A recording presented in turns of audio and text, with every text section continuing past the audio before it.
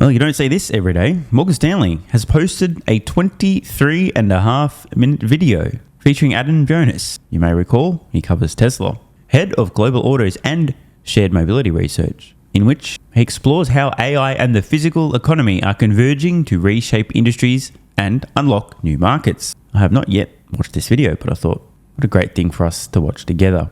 I'm sure I'm going to have some thoughts. Now, to Morgan Stanley's credit, they have been banging the drum on the implications of AI, robotics and autonomy for some time, which makes them fairly rare among their colleagues on Wall Street. And I promise to act in good faith and not even once mention Morgan Stanley's 2019 split adjusted 67 cent per share bear case for Tesla stock, because that would just be a low blow. And trolling aside, they do actually produce some great research. Nobody's perfect. So get comfy, grab your AG1 and let's watch the video. I'm sure I'll have a lot of thoughts. Brother! We're off to a great start. Carl fucking Sagan, 10 seconds in. I've set the bar high to begin. I can't believe we interrupted so quickly, but bro, man, this is nice to see.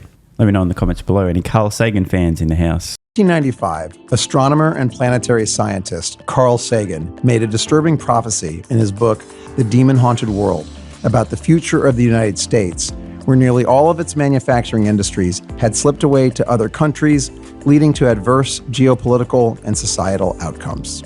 AI is all around us. AI listens to you. AI sees your face and body. AI knows where you are right now, training the next chatbot. AI can read, AI can write, AI can talk, AI can make a picture of cats playing poker, but AI rarely ever actually moves. In nature, motility is an organism's ability to move independently under its own power. According to fossil records, the earliest evidence of motility on Earth. I'm loving where this is going. Quote from Carl Sagan out of the gates. An absolute G. We've dived into the fossil record. And by the way, for any non-nerds on screen now, you're looking at some fossils of trilobites, a species that dominated Earth for roughly 1/4 billion years. By the way, I'm certainly not mentioning a potentially dominant species in a video that's about to describe embodied AI to suggest there might be a connection, perhaps that humanoid robots with embedded artificial superintelligence may have a reign even longer than the trilobites. Earth traces back to bacterial flagella in the Precambrian era. The lines between mobile device and robot are starting to blur. A new Cambrian explosion of organisms is dawning. AI's about to get physical. As software becomes agentic, robots become agents. Electric machines are the corporeal sockets for the AI brain. Any machine that can be automated will be automated, maybe even including you. If you solve for autonomy for cars, you solve autonomy for everything. My man Adam Jonas out here spitting some facts, which I've been saying for the last nearly 6 years in a row, but he's right. Solve autonomy, essentially solve everything. The major distinction, two different forms of AI. We have our language-based AIs. Imagine them just trapped inside a computer. Might be able to write essays, generate images, videos, speak to you, blah, blah, blah, but cannot in any way, shape or form, I mean that literally, navigate the real world. They are blind and immobile. The fundamental pillar of autonomy is vision.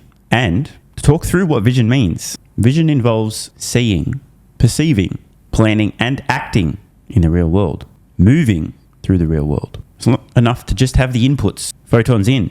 You need to understand what you're actually looking at. These are the same kind of processes that occur in human brains when we look out into the real world. This is necessary for embodied AI.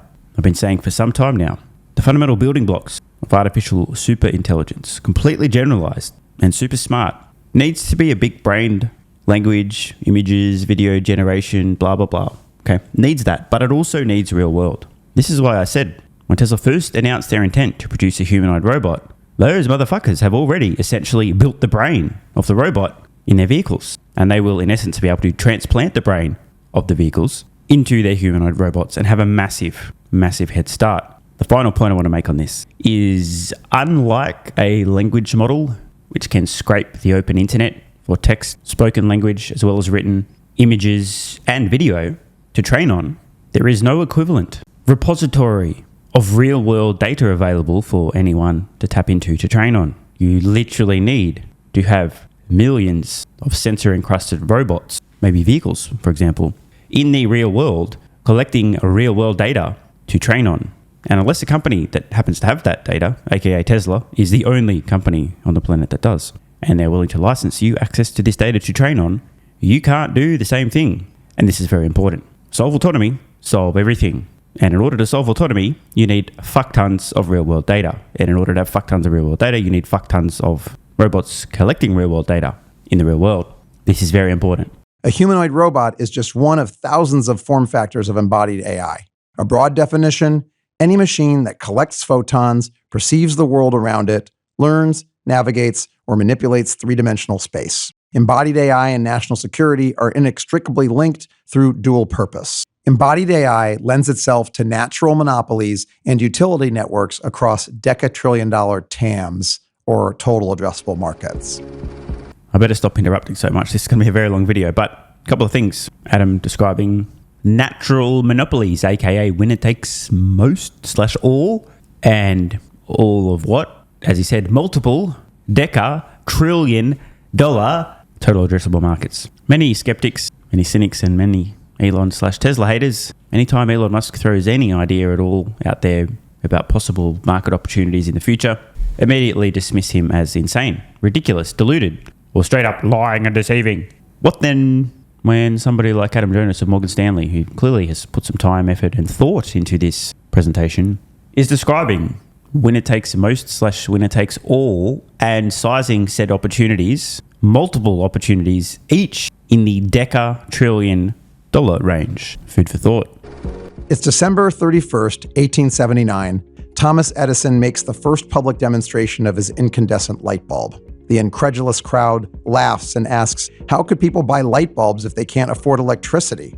Edison responds, we will make electricity so cheap that only the rich burn candles. This is Fifth Avenue, New York City, Easter Sunday, 1900. Spot the car, here. This is the same street in 1913. Spot the horse, here. Shout out to Tony Seba. Between 1485 and 1490, an Italian polymath of the High Renaissance made some sketches in its Codex Atlanticus of some fantastical machines. Over 400 years later, in 1903, two brothers from Dayton, Ohio, achieved first flight over the sand dunes of Kitty Hawk, North Carolina. By 1914, we have the first commercial airline flights between St. Petersburg and Tampa. Fast forward to 1967, the Boeing 737 is introduced into service. Nearly 60 years later, we have a plane so similar in design, they didn't even bother changing the name. From this to this is innovation. Da Vinci would be impressed. But from this to this, I think Leo and the Wright brothers would be super disappointed. Let's draw a simple two-axis chart together. In the y-axis, we have the knowledge economy, the economy of bits and bytes. In the x-axis, we have the physical economy, the economy of atoms and photons. AI is well on its way to consuming the knowledge economy, moving rapidly up the y-axis, disrupting occupations such as writing, accounting, tax, legal, CRM, and equity research analysts. But what happens when all the digital data is captured and trained? When everyone has the same compute? How will the LLMs differentiate themselves? We'll need to move to the right into the physical economy. But even with unlimited quantum compute, you can't train a vision language actuation model without vision data. Motherfucker nailed it again. The same argument I spelled out before and have been for many years. Can't solve vision without the data, and the data is collected in the real world. There's no magic collect real world data button without actually having physical objects covered in sensors to collect said data. This is very important. The race for photons has begun. But first, let's talk about fat tuna. Imagine you're on a remote island looking out to sea. 3 miles offshore is a plump, 600-pound bluefin tuna hunting for squid. You have no boat and no fishing tackle. How much is that uncatchable tuna worth to you? 0. Now imagine you have a boat, fishing tackle, and the latest generation fish finder. What's that tuna worth now? In 2019, a 612-pound bluefin tuna fetched $3.1 million in a Tokyo auction. Now let's turn to vision data. What's the world's visual data worth if you have no way of collecting it? 0. Now imagine you have the ability to collect and process yottaflops and yottaflops of data. What's that data worth now? More than 0? Biology is hyper efficient. The world is full of creatures doing the greatest amount of work using the least amount of energy. Trigger alert, if any creationists happen to be watching this channel, I don't know how you found your way here. You might want to cover your ears. You might get a little bit upset and have your entire worldview directly attacked. You've been warned. Subject to its environmental constraints. Take the example of the humble Drosophila. Just look at that punum. Now, these creatures are really, really good at navigating and orienting in flight. Are fruit flies super intelligent? Well, the fruit fly's brain is the size of a poppy seed. So compared to a sponge, which has no brain, the fruit fly is highly intelligent. Now, I'm no insectologist, but poppy seed brain beats no brain every time.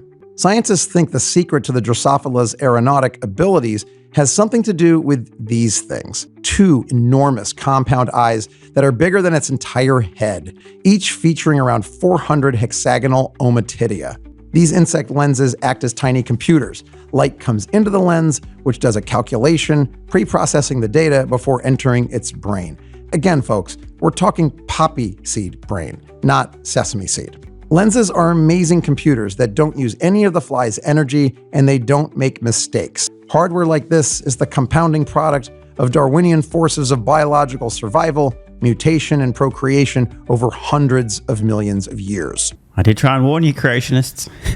But Tesla and Google don't have hundreds of millions of years to solve autonomy.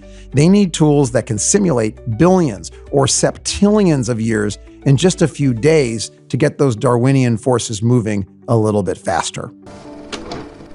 An NBA point guard steps up to the free throw line for a foul shot. He takes 3 dribbles and closes his eyes, imagining the perfect path of the ball right into the hoop. Swish. That shot never happened. It's all in his mind. When a US Open champion imagines a perfect serve, it didn't happen. A Premier League star imagining a penalty kick, it didn't physically happen. But when a robot dreams in simulation, it does so in a hyper-realistic digital twin complete with physics engines to replicate the laws of motion, thermodynamics, fluid dynamics, and the behavior of light, as if it actually happened. As the robots collect more data, the sim-to-real gap continually narrows. When you're driving a Tesla, you're not just driving in physical space, you're also playing a video game, feeding data into the simulated world to train Tesla's latest FSD model. When you wear Meta glasses, you are teaching the robot model how to play piano, knit a sweater, pour coffee, or take out the garbage. Think of a timeline of the history of the modern internet from 1995 to 2025. Over this 30-year span, what's the most valuable contiguous 5 minutes of data if you're training a large language model? Well, the last 5 minutes of data, only surpassed by the next 5 minutes of data. The power of recency is critical for the predictive capabilities of inference and reinforcement learning. Take this rather simple, if not esoteric, example from my office at Morgan Stanley's headquarters in Midtown Manhattan. If I throw this pink highlighter in the direction of this Ferrari 458 Italia on the coffee table and freeze time just after the highlighter leaves my hand, you will have a very good sense of the trajectory and speed of the highlighter's flight and the sound it makes as it enters the car. You didn't have to travel through time to know that. Your prediction benefits from your experience, you've seen it before, and the context, you're seeing it now. Historic data is important, but those who have the best arising, real-time data have a major advantage. Industrial companies are TAM-rich and tech-poor. Tech companies are tech-rich and TAM-poor. If you're a $4 trillion market cap company, you're not going to become a $10 trillion company by going after a $50 billion TAM. You got to target that $5 trillion TAM, that $50 trillion TAM. That's not going to happen by getting people to spend 1 more hour of the day on a smart device. You need to go after the physical markets and grind out those atoms. If there was ever a TAM opportunity that could exceed the size of the global economy, embodied AI is the one. This is true and obvious and important, and something I have, again, discussed many times in the past. Everything, literally everything so far, every opportunity, every investment is a subset of today's global GDP, which has been consistently rising over time, humanity standing on the shoulders of giants, becoming more efficient, more productive. But global GDP is a direct function of labour, e.g. today people, times productivity, how much each of these people on average can produce in any given amount of time. Embodied AI, example, useful, intelligent humanoid robots, can directly scale labour times productivity, meaning the entire global economy can grow without any reasonable limit in sight. This is a very big fucking deal. This is literally everything ever. Intelligent, useful, dexterous humanoid robots can meaningfully scale the global economy. It is really worth taking the time to wrap your head around this one. Have any of you ridden in a Waymo? They're all over San Francisco, Los Angeles, Phoenix. They just launched in Austin and will soon be running around Atlanta, Miami, and Tokyo. Our internet team forecasts Waymo's fleet to grow from just over 1,500 units today to 23,000 by 2030. Now, why would the world's largest tech search engine company want to get into the autonomous car business? Because the tech is really good, it's getting better all the time, and maybe because they want to spread their bets beyond the core search business. You may soon look back in astonishment that you ever got into a rideshare vehicle with a human driver. Meta is building some serious capability in AI foundation models, simulation, and metaverse. But it's Meta's efforts in reality labs that could really open up entirely new TAMs and transform the company. What if you had two ultra-high definition cameras embedded in a device that you could wear on your face? Imagine those cameras capturing precious real-world data of all the things you do with your hands. Now imagine 20 million of these things in operation within 2 years, nearly 2 times the number of Tesla vehicles on the road. Every Meta Glasses user is training a humanoid avatar iterated in simulation across billions of scenarios in a digital omniverse. Now, this is all good in theory, but let's talk about some of the real-world consequences of having cameras on your face every time you're out in public, interacting with other humans, using public bathrooms. My prediction is a lot of people are going to get the shit bitch slapped out of them for wearing these things. Maybe eventually it becomes a new norm, but I would predict some very strong resistance among a pretty large segment of society. Glasses may be stylish, but your face is a battleground. It's no secret Amazon is a major force in AI, but its vertically integrated physical infrastructure uniquely positions the company for pushing the boundaries of robotics. In 2017, Amazon had 5 human workers per robot. In 2024, we estimate Amazon had around 2 human workers per robot. Amazon's highly automated fulfillment center in Shreveport, Louisiana, is being transformed through robotics. Our internet team sees potential for $10 billion of annual savings from robotics and automation.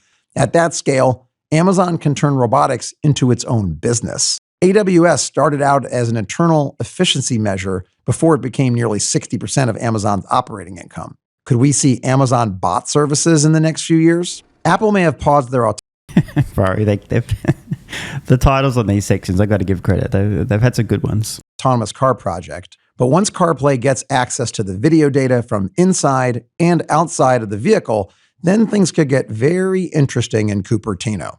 The skills transferability for Apple into embodied AI is pretty obvious, but we'll list them anyway. Software, hardware, compute, battery, sensor, infrastructure, supply chain. The car of the future is essentially a giant iPhone wrapped around your body like an immersive IMAX screen covered in carbon fiber reinforced plastic attached to an electronic skateboard driven by a supercomputer. Apple doesn't want to make a car. They want to turn your car into a mobile Apple store. We're often asked, what is Tesla's secret sauce? What's their moat? Well, it's not really one thing, but the combination of 6 attributes that set Tesla apart from its peers. Let's look at each of them. Data. 7 million cars on the road today, over 100 million by 2040. Robotics. In-house. Have to give credit again. Data, the very first of the attributes they're listing, is a massive moat for Tesla, and it's a big one. Data. Again, there's no other company on the planet that has even close to the number of vehicles on roads collecting even close to the amount of data per vehicle as Tesla. This is very important. No amount of nerds wearing glasses, filming social interactions and dodging fists occasionally when somebody gets mad that they're being filmed can replicate Tesla's real-world data. 360 degrees, every road, every street, on the entire planet, constantly being collected, refreshed, replenished, and training. This is important. Electric motors and actuators. Just the hands of the Optimus have 22 degrees of freedom. Energy, leading battery storage solutions at scale. AI, a world-class AI team developing FSD, Dojo, and custom silicon. Manufacturing, the most vertically integrated U.S. local-sourced auto company in the world. Space, redundant, resilient, cyber-secure comms. SpaceX is the transport layer, the connective tissue of the AI ecosystem. So, Out of Tesla's dreams, what does Elon Musk think is the single most critical component of the company's moat? Without any doubt, manufacturing. You need to make the probes to collect the data to improve the probes to collect more data to improve the probes. You get the idea here. Why am I suddenly reminded of this? Klingons do not allow themselves to be probed. Data defines the software defines the hardware defines the manufacturing. Elon Musk has used the car industry as a laboratory to develop competency in other areas. The car is to Tesla what the book was to Amazon. There are 1.2 billion cars on Earth, traveling around 12 trillion miles per year. That's 2 light years annually, roughly the distance between the Earth and the Sun 130,000 times. Adam's inner nerd is really coming to the fore, and I am all for it. With an average occupancy of 1.5 passengers per car and 25 miles an hour, that's 720 billion hours of passenger time, or 82 million years. Humans spend 82 million years of time inside cars every year. 82 million years ago was the late Cretaceous period at the end of the Mesozoic era, the height of the dinosaurs. The Earth looked like this. Bees were pollinating the first flowering plants at the end of the Mesozoic era. Bees. Now, what's the value of an hour of your time? Well, that depends who you ask, but 720 billion hours times anything is a very large number. Then there's safety. With traffic fatalities still on the rise, it seems we're getting dumber faster than the cars are getting smarter. For those of you with a manual transmission, steering wheel having hoopty in the garage, don't sell it. These babies will be cherished by collectors as artisanal classics from an era when humans made the machines and operated the machines. And we still get asked why Ferrari trades at 50 times PE.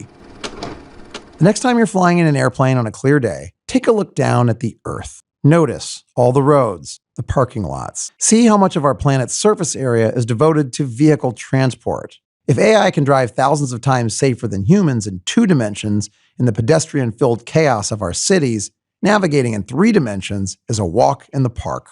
Now consider what AI can do for our antiquated air traffic control systems. We estimate the low-altitude economy can eventually surpass the size of the global car market. On our calculations, one eVTOL can generate as much revenue as 10 to 15 Ubers. Advances in e-motors, energy storage, material science, communications, and compute will make flying cars ubiquitous and take some of the stress off the surface of our planet.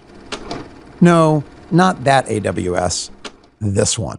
Elon Musk recently posted that China makes more drones in a day than the United States makes in a year, and that all future wars will be fought with drones. Let that sink in. With conventional technology, it takes 5 people to operate one $30 million drone. With AI, one person can operate 100 drones. Redundant, resilient, if necessary, attritable, working as a team in an autonomous swarm. Asymmetric capability that may call into question the very nature of defense budgets around the world. When Elijah Otis invented the safety elevator in Yonkers, New York in 1852, the venture capitalists of his time may have struggled to imagine how elevators would change architecture forever. This is New York City before the elevator. This is New York City after the elevator. Man, this is a great example of the impact, the unexpected, unintended, and unforeseeable impact of a technological change or innovation. New York City pre-elevator, flat as a fucking pancake. Post-elevator, vertical as fuck.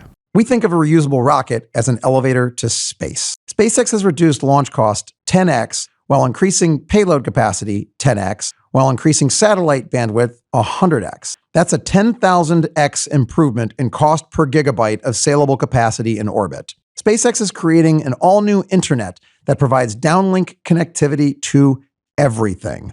Every car, every plane, every drone, every ship, every home, every business, every phone. On our model, SpaceX grew revenue by 60% in 2024 to $14 billion, reaching $66 billion by 2030 on our estimates. The company's latest tender offer valued SpaceX at approximately $350 billion, according to PitchBook, making it the most valuable private company in the world. On October 4th, 1957, shortly after 7:28 p.m. Eastern Time, the U.S. Army Signal Corps in New Jersey detected an unusual beep-beep signal at 20 and 40 megahertz. The Sputnik moment meant the Soviets beat the United States in putting a satellite into orbit, creating great anxiety in the Pentagon.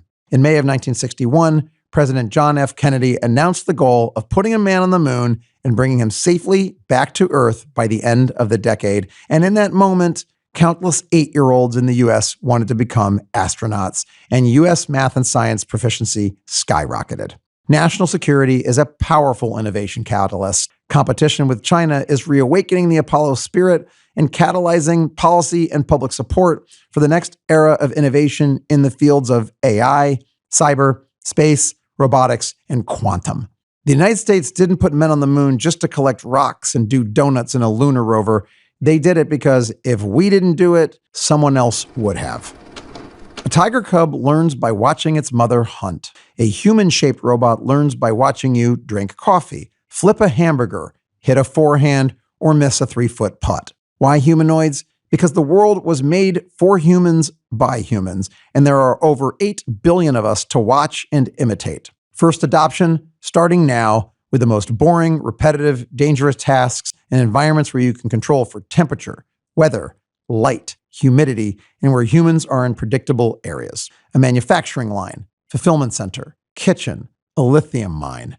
The TAM, there are nearly 4 billion people in the global workforce with an average annual wage of $10,000. That's a global labor market of $40 trillion.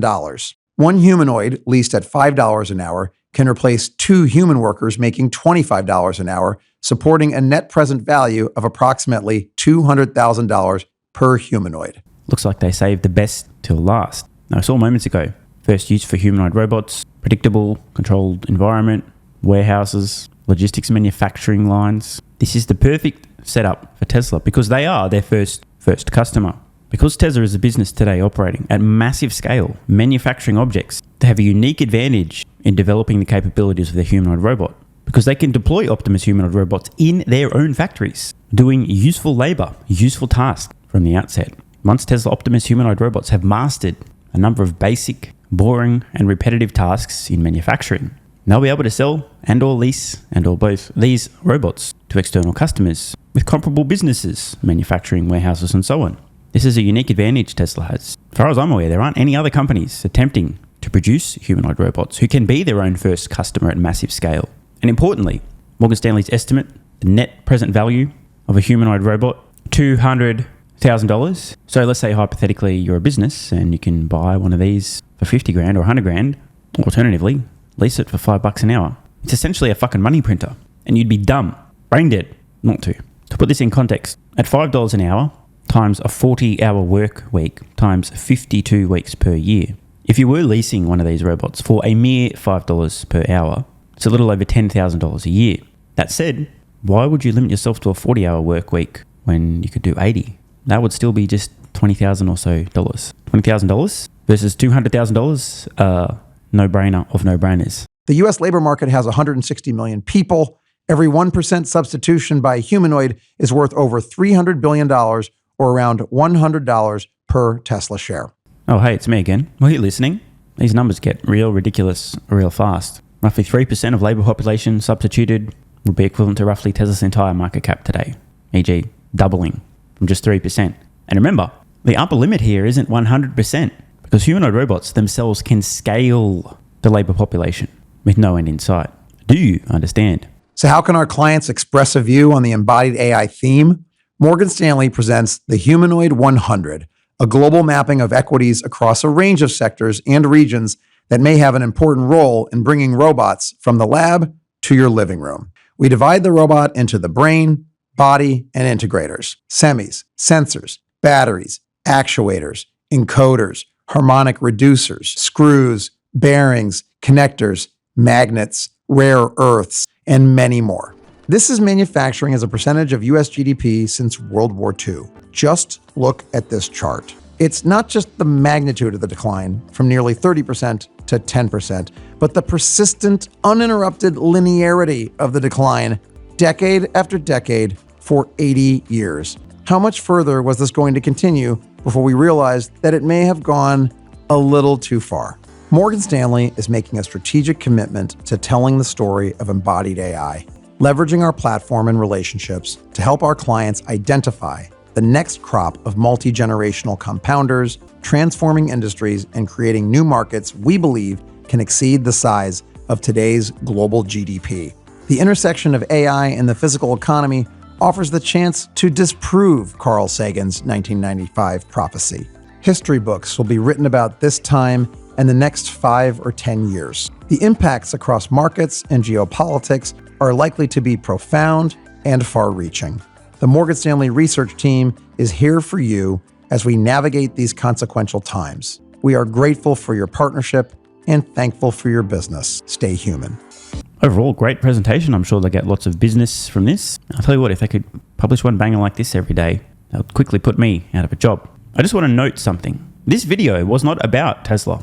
Yet, throughout the presentation, every step of the way, what company came up over and over and over again? Yeah, good question, but I can't actually think of a company that continued to come up over and over and over. In fact, I don't think there are any companies where they spent the time to specifically point out the massive advantages said company had relating to data, robotics, energy, AI, manufacturing, and space, which is very unfortunate because I guess I'm just going to have to sign up to become a Morgan Stanley client so they can point me in the right direction of a company poised to take advantage of these multiple deca-trillion dollar total addressable markets. Does anyone watching happen to know any companies that might be taking advantage of this huge opportunity? Humanoid robots at scale? Any ideas? Please let me know in the comments below. Thanks. Want more content? Early access? A bunch of perks? Click the links in the pinned comment. AG1 is awesome. I've been taking it daily now for more than 3 years. It's a great way to fill in nutritional gaps. It's packed full of vitamins, minerals, and whole food source nutrients. Plus, has prebiotics, probiotics, and adaptogens to improve gut health, regularity, and help your body handle stress. I'm always looking for an edge to help me feel and perform my best, which is why I haven't missed a day of AG1 for more than 3 years. Just try it and see how you feel. Click the link in the pinned comment or head to drinkag1.com/SMR and get yourself a free 1-year supply of vitamin D3 plus K2 and 5 travel packs.